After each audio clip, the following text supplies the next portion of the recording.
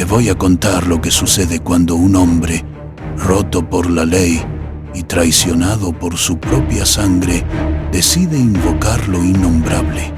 Yo no soy un asesino, soy un panadero de San Martín de las Flores, pero el dolor que me obligaron a tragar se convirtió en una sombra, y esa sombra aún hornea conmigo. Lo que le pedí al diablo para vengar a mi madre no fue venganza para ellos, fue una sentencia de muerte para mí. Esto no es ficción, es la confesión que se cuece a fuego lento en el infierno de mi panadería. ¿Estás listo para saber el precio real de la justicia negada? Quédate, porque vas a escuchar los gritos de una mujer que perdió su mente y el silencio de un hombre que perdió su alma.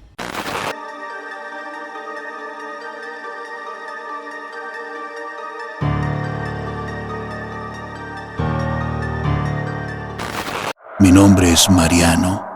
He pasado los últimos 30 años de mi vida respirando el olor dulce y quemado de la masa, el aroma de la levadura, el único consuelo honesto que me quedaba en San Martín de las Flores. Pero desde hace 5, ese aroma ha luchado por cubrir un hedor diferente. El de la enfermedad, el del encierro, el del miedo. Doña Rosaura, mi madre, solía ser la patrona de este pueblo, la mujer con la risa más fuerte. Ahora era solo una sombra de sí misma, atrapada en las redes avanzadas del Alzheimer. La casa se había convertido en una extensión de mi panadería. Yo amasaba a las 2 de la mañana y a las 6 ya estaba dándole la primera cucharada de avena, que invariablemente terminaba en un murmullo incoherente. El agotamiento ya no era físico, era un veneno espeso que me corría por las venas. El insomnio había tallado surcos oscuros bajo mis ojos, y cada vez que me miraba al espejo, veía a un fantasma con bata blanca cubierto de migas. Lo más terrible no era el cuidado, era la soledad. Ella me miraba sin verme. Sus ojos, antes llenos de juicio y amor, ahora eran 2 canicas opacas que rebotaban en la nada. A veces me llamaba por el nombre de su hermano muerto. ¿Dónde estás, Lázaro? ¿Por qué Mariano no viene? Ese no reconocimiento era un cuchillo girando lento en una herida abierta. Me doblaba sobre la mesa de la cocina.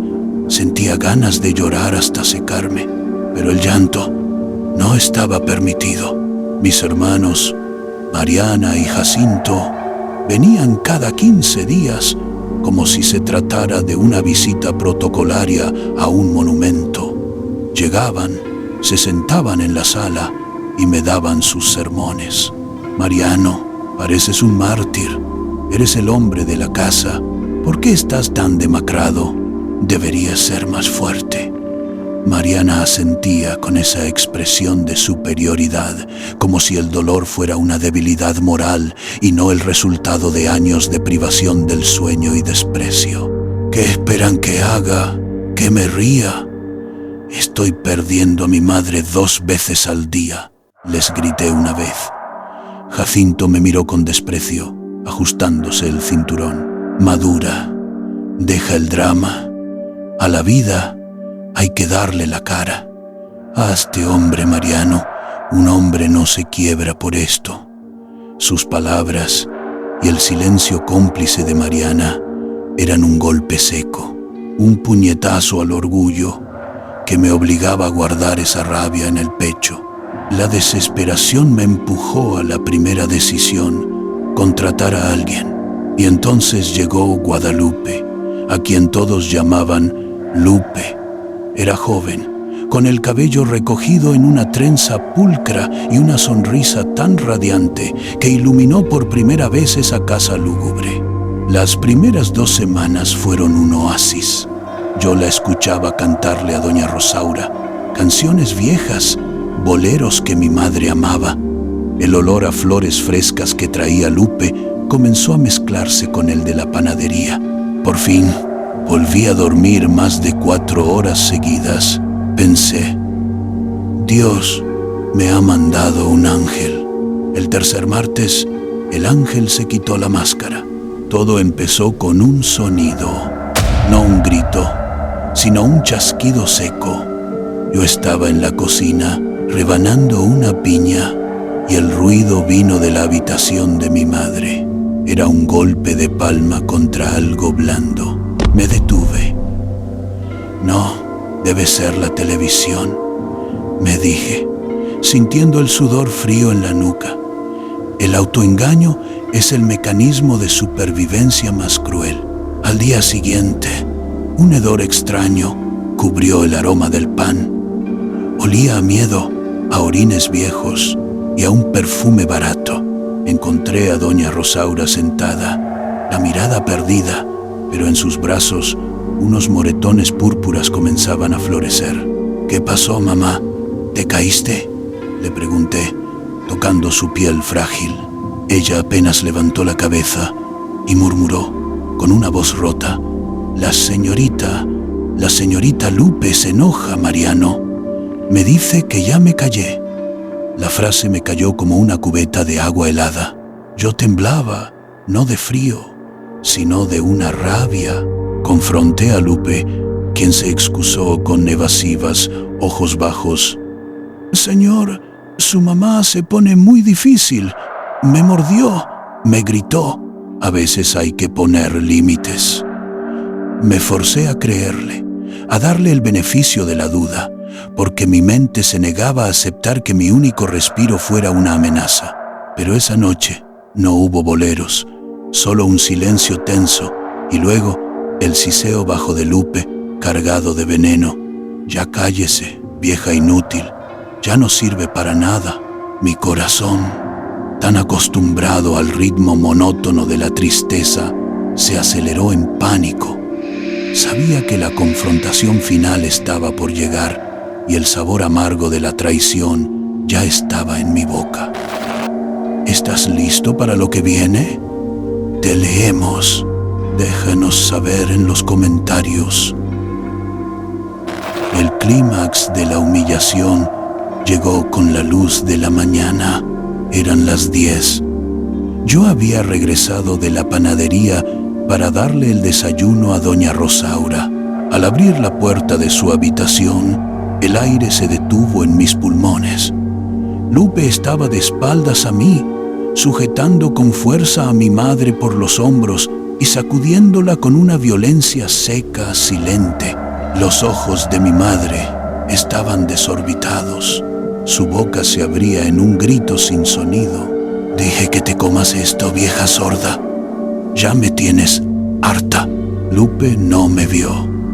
Yo sentí que el calor abandonaba mi cuerpo y que mi visión se enfocaba en un túnel rojo. Los 30 años de represión, de hazte hombre, de tragar mi dolor, explotaron.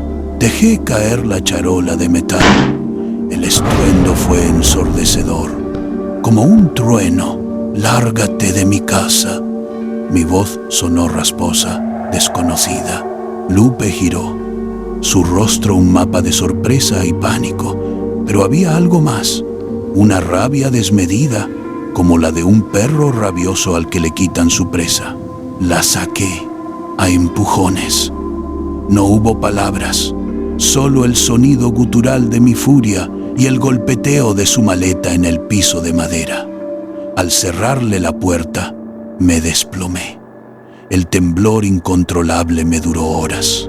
Abracé a mi madre, pidiéndole perdón una y otra vez, sintiendo el terror que ella ya no podía nombrar. Sus moretones eran la prueba, la acusación. Mi mente me gritaba, justicia, tienes que ir a la ley.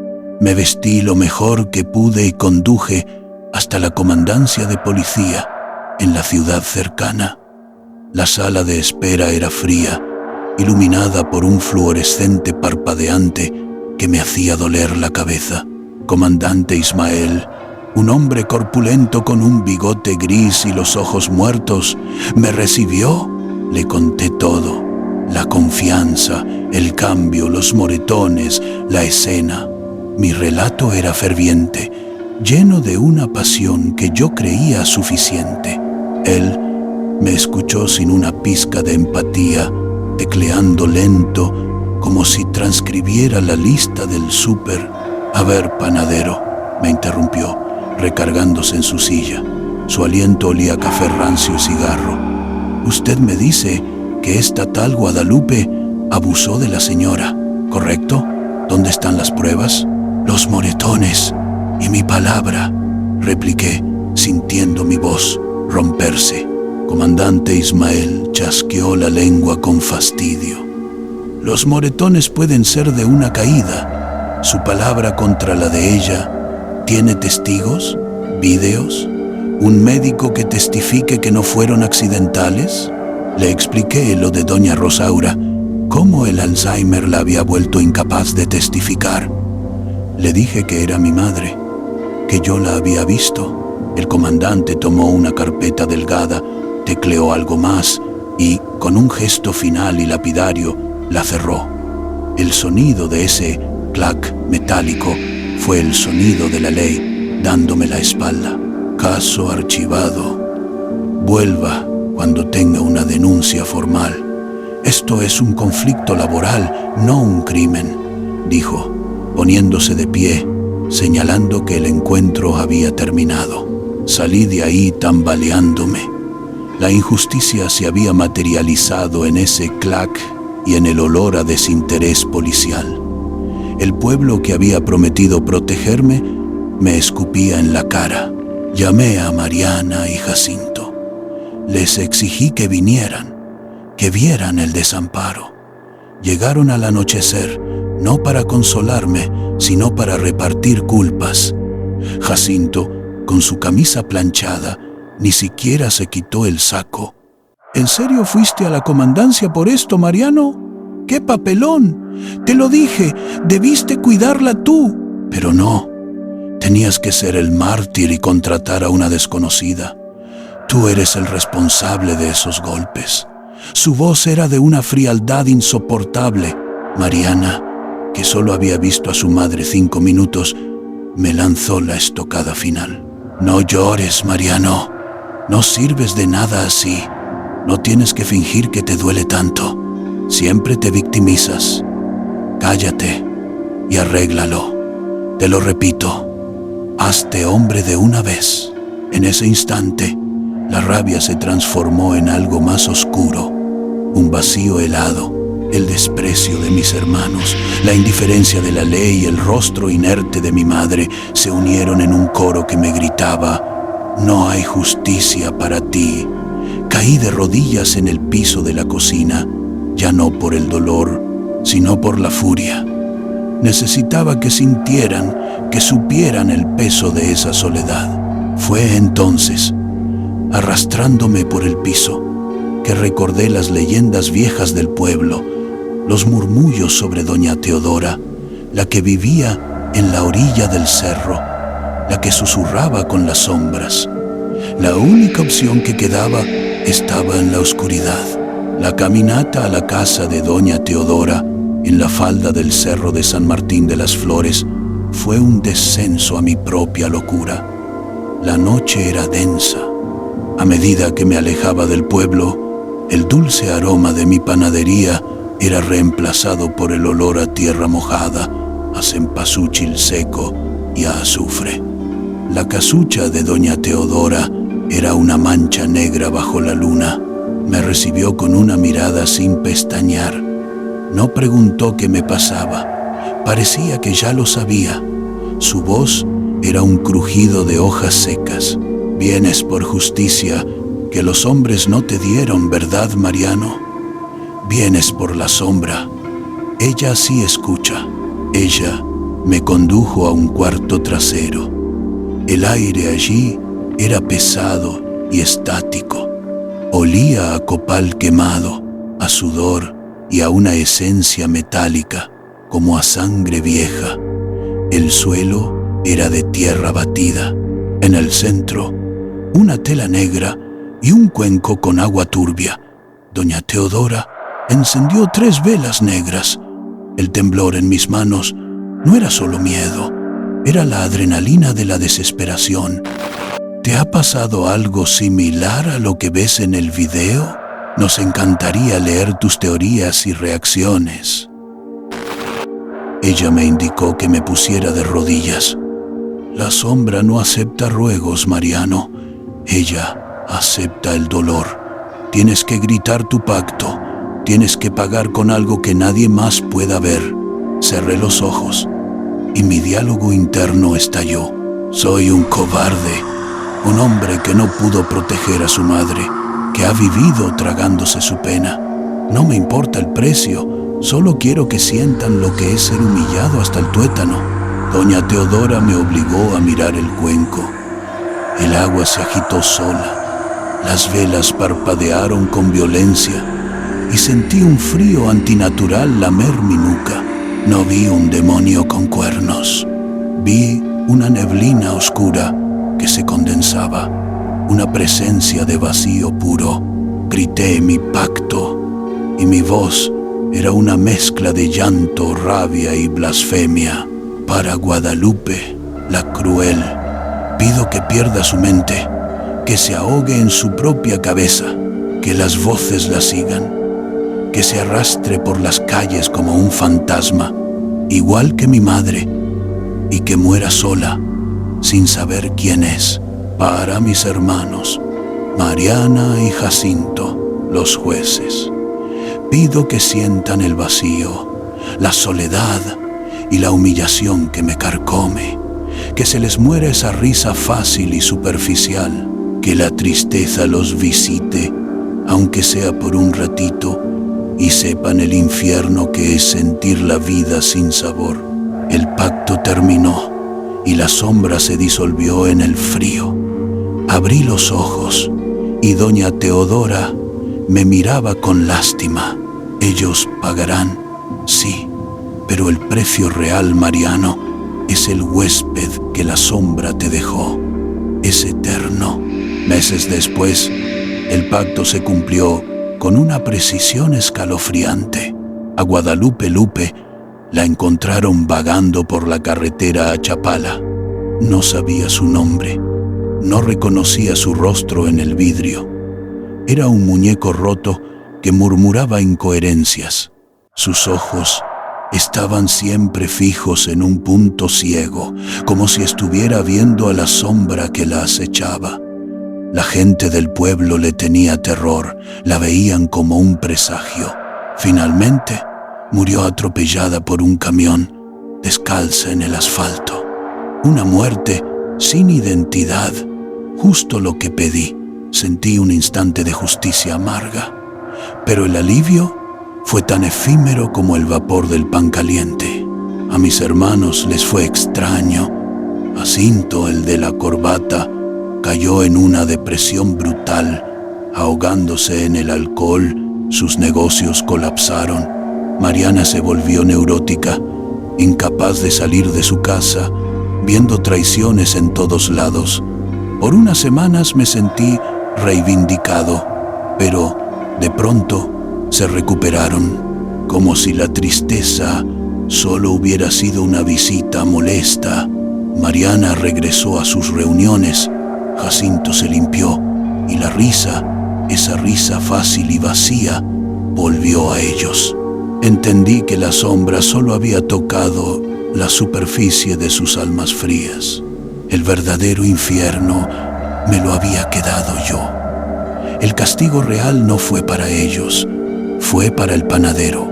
La culpa y el dolor se convirtieron en un huésped eterno dentro de mi pecho. La sombra había entrado y me había quitado la calidez. Yo era un horno apagado por dentro. Ya no era tristeza, era anedonia, la incapacidad de sentir placer. El pan que yo horneaba, el pan que me había salvado, siempre sabía a ceniza. La vida se convirtió en un acto, una farsa agotadora. Fingía sonreír, fingía moverme, pero por dentro solo había la presión constante de una roca. El silencio de la casa, después de la muerte de mi madre, a los pocos meses, no fue de paz. Fue un eco de vacío. La señora Sofía, una enfermera que me compraba pan de vez en cuando, fue quien notó la grieta en mi fachada. Un día, mientras me pagaba, sus ojos se clavaron en los míos. Mariano, lo que usted tiene no es debilidad. Lo que usted padece no es por ser menos hombre. Es depresión pura. Es agotamiento del alma y necesita ayuda. Sus palabras, tan precisas y libres de juicio, perforaron la gruesa coraza que mis hermanos habían construido alrededor de mí. Por primera vez en años, alguien le puso un nombre a mi infierno. Dejé la panadería en manos de mi ayudante y me fui a Guadalajara. El simple hecho de subirme a un camión me parecía un acto de heroísmo. El consultorio del terapeuta olía a madera y a silencio respetuoso. Las primeras sesiones fueron un fracaso. Yo solo podía murmurar, pero el terapeuta me enseñó a llorar sin vergüenza, a sacar la rabia guardada contra la ley, contra mis hermanos, contra el panadero que se había creído fuerte por no sentir.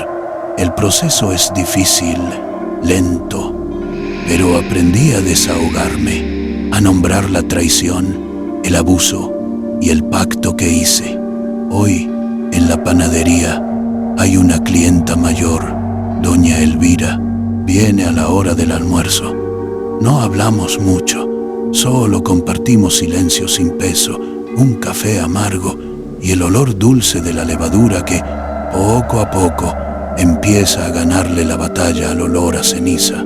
El diablo, la sombra que invoqué, sigue rondando en mis pensamientos, en la culpa que a veces me despierta, pero ya no me domina.